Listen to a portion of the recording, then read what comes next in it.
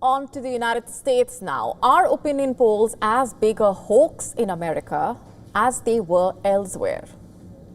Look at what happened in India, in Britain, which saw elections this year. Now, with more than 77.6 million votes already cast, let's just break down for you what things are looking like at this point in America. Let's first tell you what the final NBC News poll before election day shows. Harris and Trump tied at 49%. Now, let's just tell you more about the swing states and zoom into what's happening there. Remember, the swing states are believed to hold the keys to the White House. That's how crucial they are. And reaching the last lap of the race to the White House in a way, Trump set out to rally in 3 East Coast battleground states and speak in Pennsylvania, North Carolina, and Georgia. Meanwhile, Kamala Harris made stops throughout Michigan. According to an Atlas Intel poll, former President Donald Trump leading with 49% support as compared to Democratic candidate Kamala Harris, who has 47.2%. An Atlas Intel survey conducted on November 1 and 2 included nearly 2,500 likely voters. In Arizona, Trump holds his widest margin with a 51.9% to 45.1% lead over Harris. In Nevada, 51.4% of the voters chose Trump, while 45.9% chose Harris. In North Carolina, Trump leads by 50.4% of the votes, while Harris gets 46.8% of the votes. Now, on the other hand, the poll from the New York Times and Siena College found Harris was slightly ahead in 3 swing states, with Trump up in 1. And the other 3, too close to call. The New York Times poll also shows Harris to be narrowly ahead in Nevada, North Carolina, and Wisconsin, while Trump to be leading in Arizona. Now, previously, we've told you how opinion polls showed Harris getting strong support among white female voters, while Trump seemed to be gaining ground with black men, Latino, Hispanic voters. But the million-dollar question remains, are these polls to be blindly trusted when it comes to assessing credible election outcomes? Let's just talk about what happened in India, for example. During the general elections in the month of June, the exit polls, remember, got things horribly wrong. Not just India, look at what happened in Britain. As per the exit polls on July 4, the polls indicated that the Conservative Party will be virtually wiped out. Turns out the Labour's vote share was widely overstated in the polls, with Labour securing a lower vote share than the polls had predicted. You see, with opinion polls, one can never be too sure. There is always ground for expectation versus reality that can actually tilt the election results to either side. And the US is no exception here. Anything can happen, and one has to wait for the results to actually determine who will be the next president.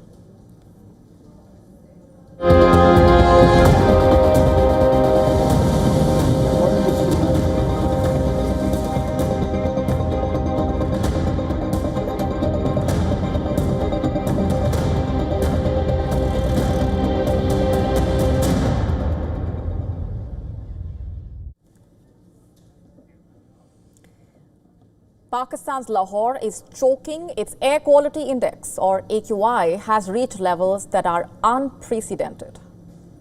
In fact, as per various reports and according to Swiss air quality rating agency IQ Air, Lahore's AQI on Saturday afternoon stood at 1900. You are hearing that correctly, a whopping 1900. That's how bad things are looking. It's a 4-digit AQI level that, of course, has sent shock waves around the world and left Lahore's 13 million residents choking on what experts are calling nothing less than poison.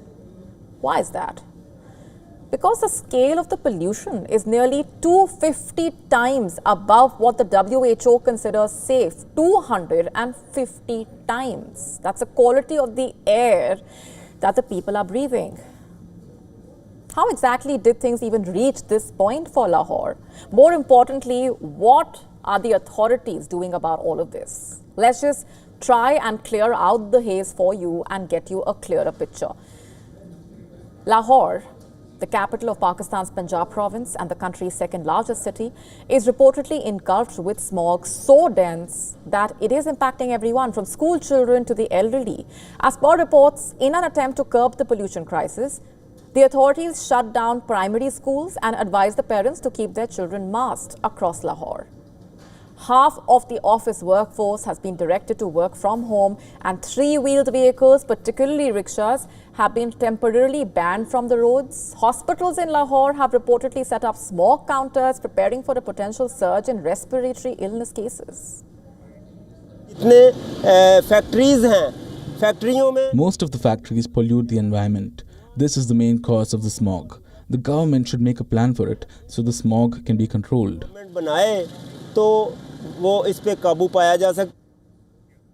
What is the solution according to Pakistan's administration, you ask? Well, that's hazy, because rather than focusing solely on domestic policies or stricter regulations, Pakistan seems to be too busy pointing fingers across the border. As per reports, senior Punjab Minister Maryam Aurangzeb has said that polluted winds carrying particles from India are to blame for Lahore's worsening air quality. Aurangzeb reportedly said that only dialogue with India can fix Pakistan's pollution woes. To put it simply, Pakistan is trying to say that the wind is transporting India's pollution directly into their airspace. But is that really what caused Lahore's unprecedented pollution levels? Let's just take a deep breath here and a step back to look at the bigger picture and what's going on. You see, Lahore's pollution nightmare did not blow in from India. In fact, as per various reports in Pakistani media itself, Lahore's air pollution is the result of unchecked development, rampant vehicular emissions, and industrial growth amid environmental oversight. In fact, as per reports, Lahore is estimated to have around 4.5 million motorcycles, 1.3 million cars and trucks, all emitting toxic gases daily in a way. It has reportedly nearly 7,000 factories, over 1,000 brick kilns operating nearby. Farmers in adjacent districts like Gujranwala, Sheikhupura reportedly routinely burn stubble, further adding to the crisis.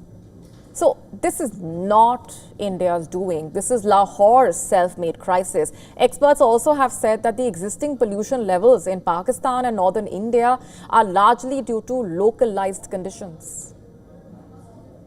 As per Dr. R. Subramaniam, Sector Head Air Quality at the Center for Study of Science, Technology and Policy, in urbanized cities, fossil fuel and biomass burning is a routine matter that leads to localized air pollution emissions, adding that without effective control measures, strong winds can help disperse the pollution over a larger area, lowering particulate matter concentrations and AQI. But due to the slow wind speeds earlier in northern India and now in Pakistan's Punjab area, including Lahore, it is leading to slower dispersion and consequently pollution buildup, higher PM concentrations and AQI. As per reports, over the years, Lahore's authorities have tried out various measures to try and mitigate the smog crisis. They have sprayed water on the roads, tried using artificial rain, recently implemented a green lockdown, but reportedly these measures have little to no impact. For example, reportedly even basic statistics like the exact number of vehicles in Lahore are not available, reportedly. And this lack of data is important because as per reports, Pakistan's own climate and environmental agencies have identified vehicles as a primary contributor to Punjab's air pollution. Reportedly, a 2019 study by the UN's Food and Agriculture Organization estimated that transportation alone accounts for 43% of Punjab's air pollution. So without accurate data or a comprehensive strategy, are Pakistan's actions built more on hope than on solid policy? Meanwhile, authorities in Lahore have imposed quote-unquote green lockdown. As per reports, this lockdown prohibits construction activities in pollution hotspots across the city, restricts the use of generators and motorcycle rickshaws, and even requires food outlets using charcoal or wood for cooking to cease operations. Meanwhile, half of office employees are reportedly expected to work from home in hopes of reducing vehicular traffic. But will these measures be enough? Reports in Pakistan say they will not. As per reports, without a structural shift, Lahore's air will continue to suffocate its people. You see, many households around Lahore reportedly rely on firewood for cooking and heating due to a severe gas shortage. Factories, especially in northern Lahore, to save costs, are reportedly burning tires as fuel, which is releasing dangerous levels of PM 2.5 pollutants into the air. And then there is the issue of farmers burning stubble, a practice that the Pakistan government has reportedly condemned as anti-state, but it offers no alternative technology for managing the crop residue. So, while it's convenient for Pakistan to try and blame India, the truth is clear. Lahore's toxic air crisis is a problem of its own making. It is reportedly the byproduct of years of environmental neglect, poor urban planning, a disregard for sustainable growth. As per reports, the mushrooming of housing societies and urbanization has cut down Lahore's green cover significantly, thereby taking away the city's natural buffers that could have helped absorb some of the pollution. So while Maryam Aurangzeb says that dialogue with India is the answer, the reality remains that no amount of cross-border talks will clear Lahore's air. This is a homegrown disaster that requires domestic solutions. The government's refusal to accept responsibility in a way and address the underlying issues is worrying and, only prolongs the suffering of the people on the ground. Lahore's smog crisis is not just a seasonal issue, it is a public health emergency. And until Pakistan's leaders confront this basic reality and act on it, Lahore will unfortunately remain engulfed in a deadly smog of its own making. On to Russia now. It has ramped up its attacks on Ukraine, hitting cities with a surge in bombings, missiles, drone strikes. Russia's intensified aggression appeared to be aimed at testing Ukraine's resilience and its allies' commitment, particularly as global powers anxiously await any shifts in Washington's stance. Our next report telling you more.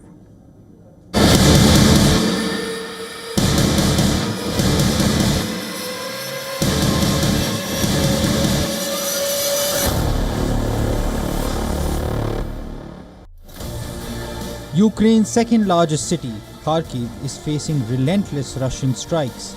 Kyiv says Russian glide bombs targeted a supermarket located close to the Russian border. Kharkiv has been under consistent attack since the invasion began in February 2022. Now, Russia's campaign is escalating with a staggering volume of weaponry.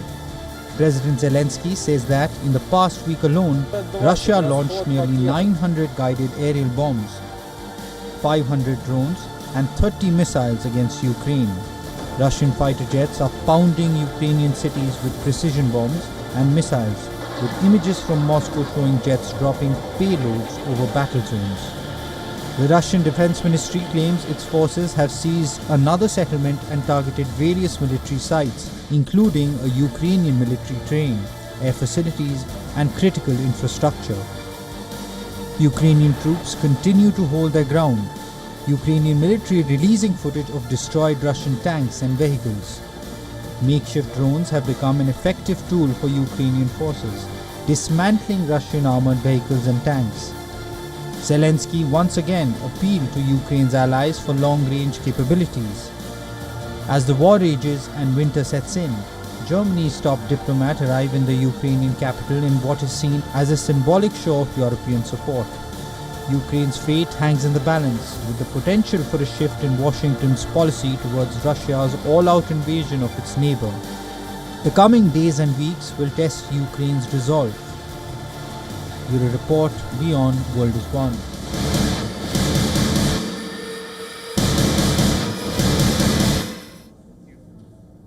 Iran has hit out at the United States as what it called a destabilizing presence in West Asia after the US deployed B-52 bombers in the region as an apparent preparation to counter imminent Iranian strikes on Israel.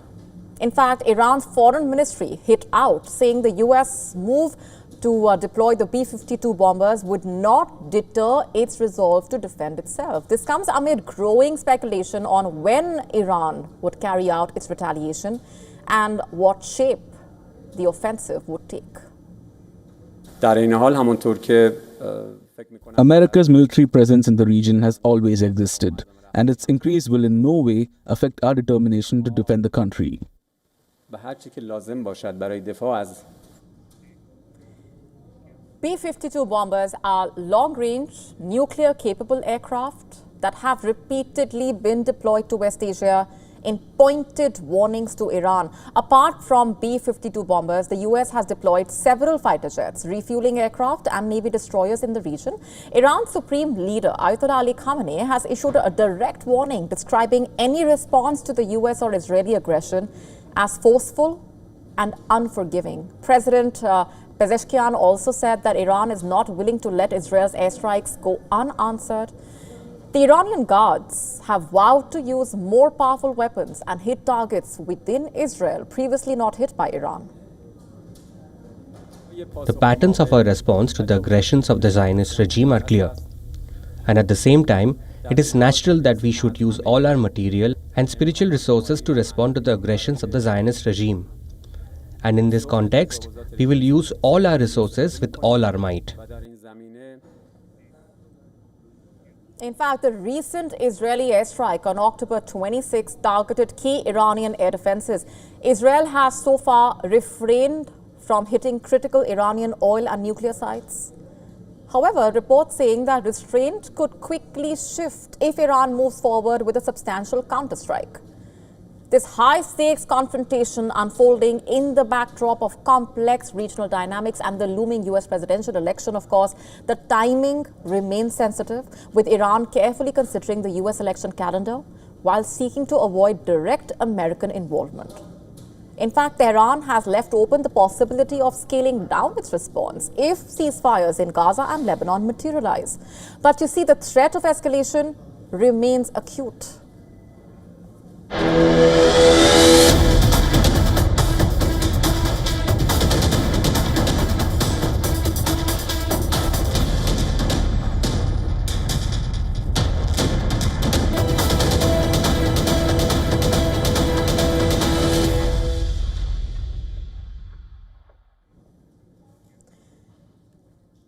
Like you just said, one of the oldest, most iconic and still deadly aircraft in the American arsenal, the B-52 has reportedly been deployed near West Asia in an undisclosed military base amid rising tensions between Israel and Iran. Despite its age, this Cold War era giant is still prevalent in modern conflicts. So why does the 7-decade-old B-52 still remain a powerhouse in the skies? First flown in 1952, the bomber has been serving the US Air Force since 1955 and reportedly still has decades of flight ahead. Reportedly, it can travel vast distances, carry an array of weapons, and yet it's relatively cheap to keep in action. As per reports, the B-52 is the oldest active-duty bomber in the US fleet. After more than 70 years of service, experts predict it could continue flying for at least another 30 years, possibly until 2060. As per reports, the 5th Bomb Wing from Minot Air Force Base in North Dakota dispatched B-52s to the US Central Command area. The bomber's exact destination remains undisclosed, but as per reports, the US operates air bases across the Gulf region from Qatar to the UAE, so where these planes can land and can operate if needed. As per reports, their presence is intended to dissuade any aggression from Iran or its allies. Reportedly, the bomber is capable of nuclear and conventional warfare. Let's just break down some key figures for you. Reportedly, the B-52 can carry up to 32,000 kilograms of weapons.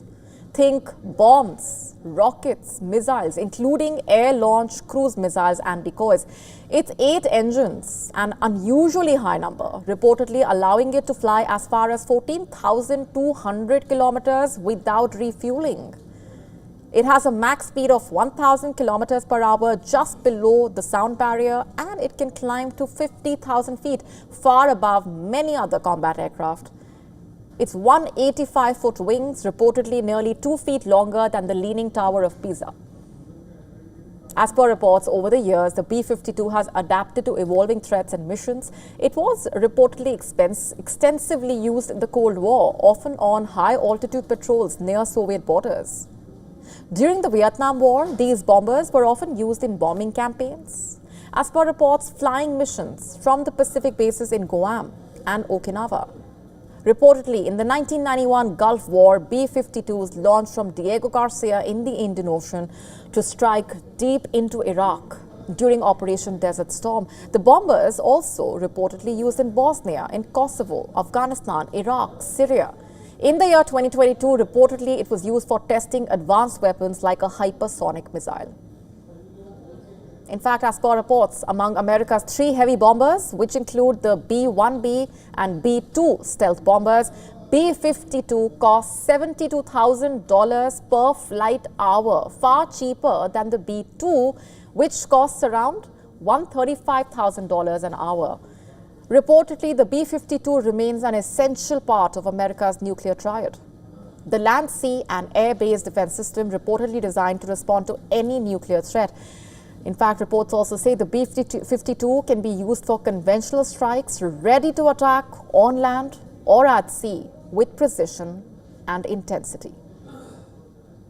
Meanwhile, since Sunday, Israel pressed on with its campaigns in Lebanon and Gaza. The Lebanese Health Ministry has said at least 3 people were killed in an airstrike near the southern Lebanon city of Sidon. Israel reportedly also said Hezbollah fired 100 missiles from Lebanon into its territory. As per the IDF, several of the missiles were intercepted while some fell in unpopulated areas. However, the Lebanese group said the projectiles targeted for the first time Israeli military base in the northern city of Haifa. Israeli Prime Minister Benjamin Netanyahu, on a visit to the Lebanon border, vowed to respond firmly to Hezbollah's attacks. With or without an agreement, the key to returning peace and security in the north, the key to returning our evacuated residents in the north safely to their homes, is to push Hezbollah back beyond the Litani River, to strike any attempt by it to rearm, and thirdly, to respond forcefully against any action against us. So as tensions flare in West Asia, the B-52 once again reminds the world that old does not mean obsolete.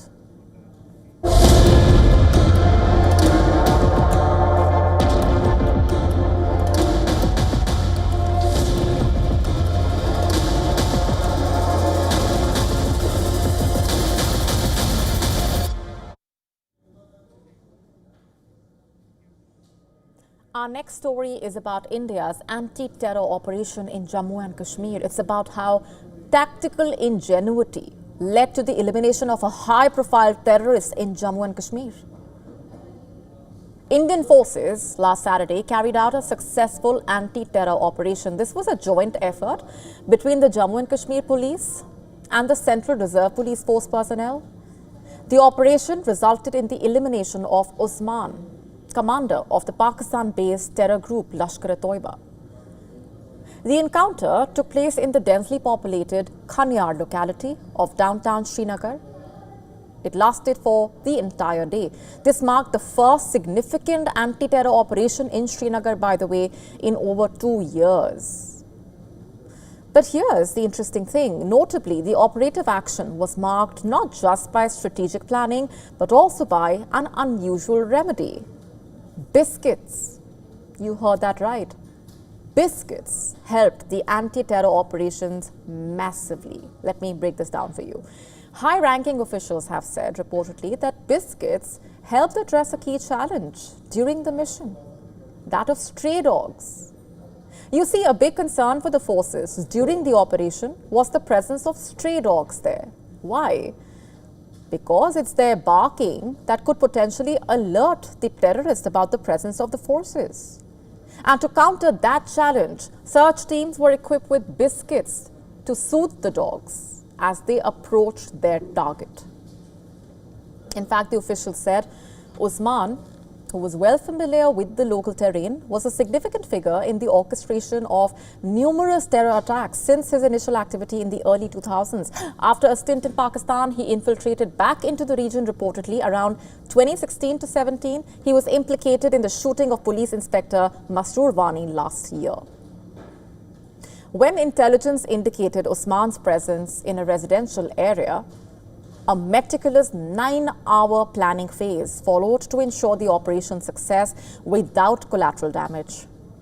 In fact, the entire deployment was done before Fajr, that is pre-dawn prayers, with security forces cordoning off a cluster of 30 homes. The standoff basically escalated when Osman, armed with an AK-47, a pistol and numerous grenades, started in a fierce gunfire exchange with the security forces. During the gunfight, some grenades detonated, igniting a fire in the house that was quickly contained by the security personnel to prevent it from spreading to nearby structures. After several hours of intense gunfire, Osman was neutralized. The encounter resulted in injuries to 4 security personnel who are reported to be in a stable condition. The operation represents a huge victory for the Indian forces against the resistance front, which is an LET offshoot that has increasingly targeted non-local laborers and security personnel in Jammu and Kashmir.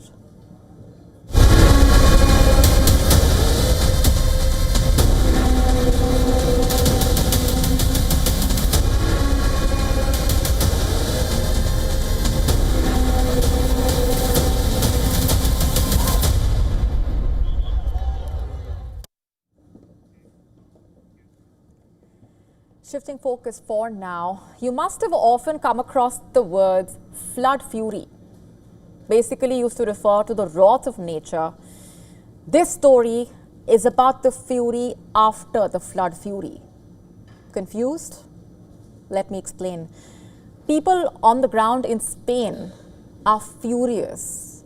In fact, protests erupted on November 3 as Spain's King Philippe visited a suburb in Valencia, badly hit by last week's deadly floods. What happened next will give you a sense of how angry the locals are feeling at this point. Residents of Peporta shouted murderers at the king and queen, as well as the Prime Minister Pedro Sanchez. And it did not stop at that, it got worse. People reportedly hurled mud and other objects at them, expressing their anger over what they believe was poor handling by the authorities of last Tuesday's storm and flooding. What's behind their anger?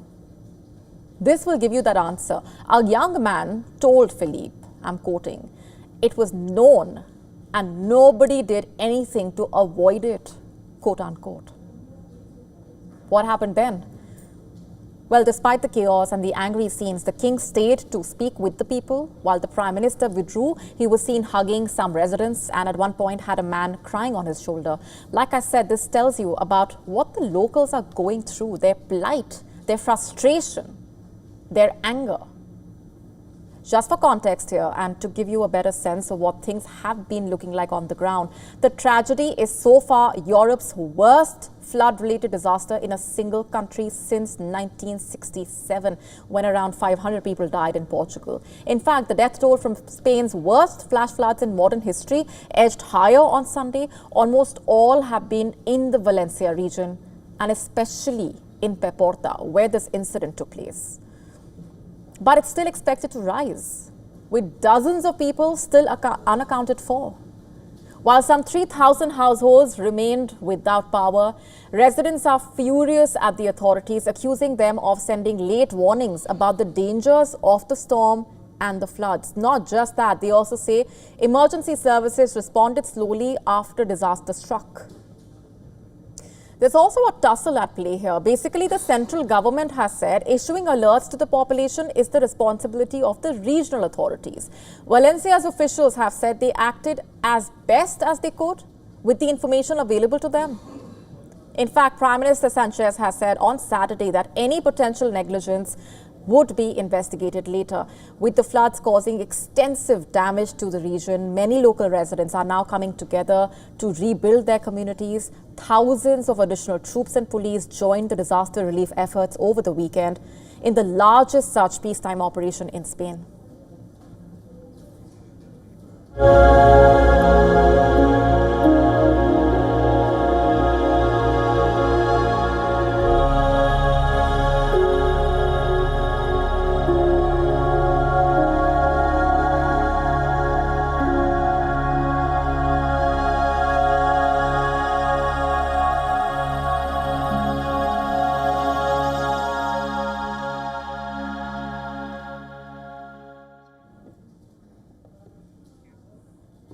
Our next story is about India, China, and the Himalayas. The military standoff between India and China along the line of actual control has reached a peaceful resolution, but an entirely different kind of conflict, one that has been unfolding over millennia, is looming in the background.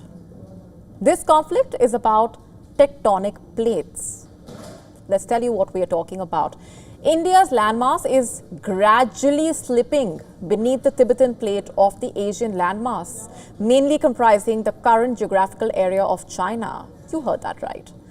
The Indian tectonic plate is slowly being squeezed and swallowed in a way under the Tibetan plate at the rate of 5 to 6 centimeters per year. And as a result, India's landmass is shrinking. And this is also the reason why the Himalayas keep rising 5 millimeters per year, which means that Mount Everest keeps getting taller. You see, the earthquakes in the Himalayan region, particularly in northern India, occur due to pressure beneath the Earth's surface. This pressure builds up as the Indian plate slides under the Eurasian plate. The tension increases over time, quite similar to stretching a rubber band. Eventually, this tension is released when the ground shifts, causing an earthquake. Some areas in the Himalayas have not seen a major earthquake in over 500 years, leading experts to believe that a big quake may be overdue. And since we cannot prevent or predict when earthquakes will happen, it is important to build stronger earthquake-resistant buildings to protect lives. The clash between the Indian and Tibetan plates comes from a process called continental drift, which basically started about 60 to 70 million years ago. This process is sometimes called the mega breakup. The Indian landmass was once part of a supercontinent called Gondwana land near Africa. Due to complex geological processes, the Indian plate started moving northward and basically floated like an island for a long time. And then about 10 to 15 million years ago, the Indian plate collided with the Asian plate, creating the Himalayan mountain range. And since then, the Indian plate has been slowly pushed under the Tibetan plate at a rate of 5 to 6 centimeters per year. To monitor this activity, scientists from the CSIR, Fourth Paradigm Institute in Bengaluru, have set up high-accuracy reference stations in Ladakh and in Bengaluru. By using advanced GPS instruments and satellites, they basically track how these land masses move in relation to each other. They observed that in the last 25 years, Hanle has moved almost 85 centimeters northeast, while Bengaluru has moved about 1.37 meters northeast. This movement basically creates stress that can lead to earthquakes. Just to sum it up, this is just a reminder that our planet Earth is always changing. Yes, the tectonic plates movement can lead to challenges, but researchers also believe that the Indian landmass will continue to be an important part of Earth's geography for a very long time. Let me ask you a question now. Are you planning a trip to Thailand? Well, be ready for the unexpected, because Thailand is about to change the way you experience air travel. As per reports, starting this December, 6 of Thailand's busiest airports will be launching an advanced biometric system, which is basically designed to streamline your journey from check-in to boarding. Imagine this for a moment, landing in Thailand and breezing through immigration without repeated document checks or long queues. For international travelers, this new system reportedly goes live on December 1. What's the goal, you ask? Well, smoother, faster travel that gets you out of the airport and into your adventure without the usual hassle. How exactly does this work? It's all based on facial recognition reportedly and biometric verification. When you arrive at one of these airports, you will have to provide consent to share your identity data at either a self-check-in kiosk or a check-in counter.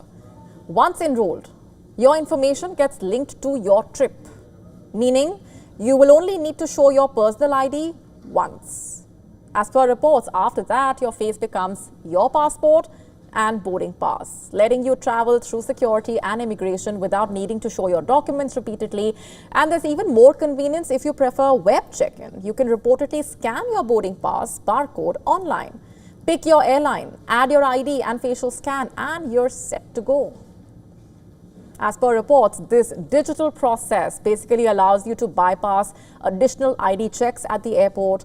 This new system will be implemented at Thailand's 6 key airports reportedly, including 2 in Bangkok as well as the airport in Phuket, Chiang Mai, Chiang Rai and Hat Yai, as per reports. In fact, Thailand hopes that this easier and tech-savvy experience will boost tourism. The country's move may just become the future of travel. So next time you're dreaming of a beach holiday in Phuket or a meal in Bangkok, the journey there might just be a whole lot easier.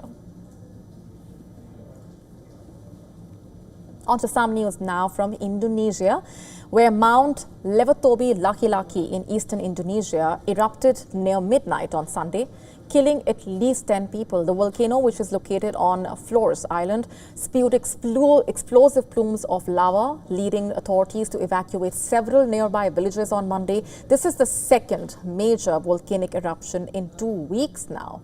Here's a detailed report.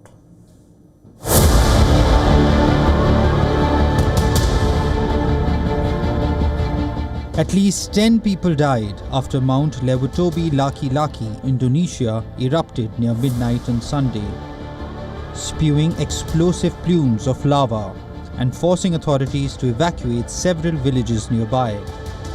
Mount Lewatobi Laki-Laki's 24-minute-long eruption started at 11:57 p.m. local time on Sunday. It spewed a column of hot ash as high as over 6,000 feet into the air from the mountain's peak.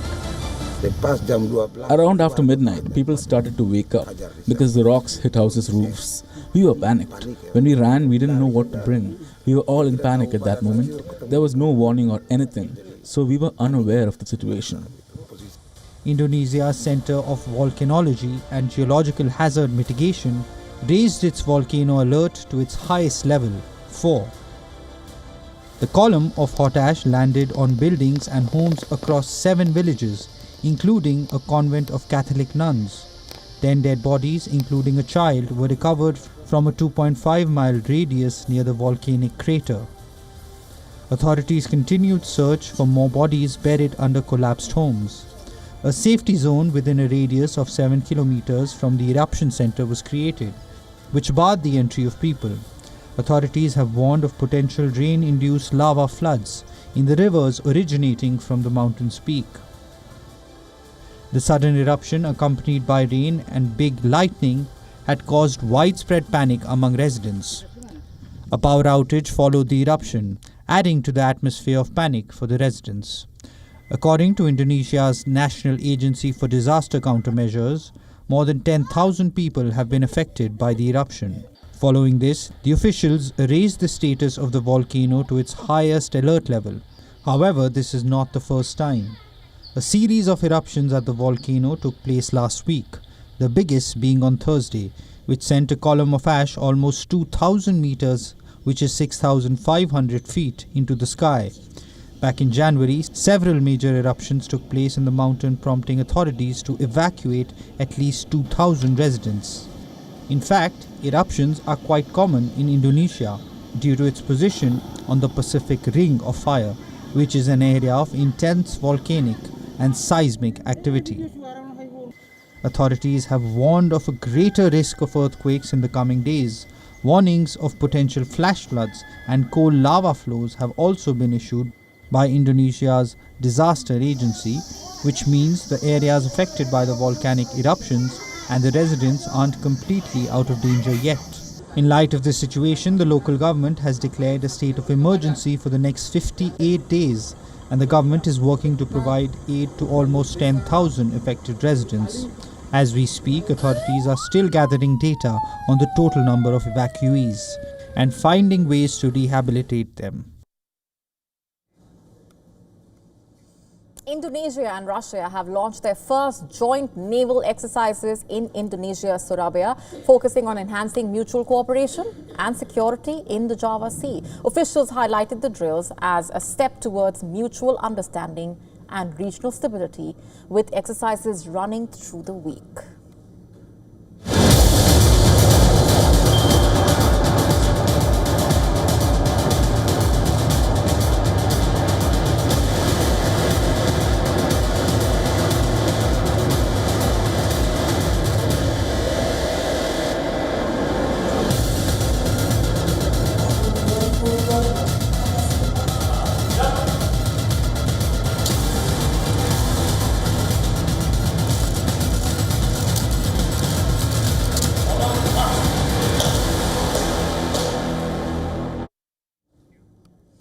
On that note, it's a wrap on this edition of Gravitas Tonight. This is me, Molly Gambhir, signing off. Thanks very much for watching.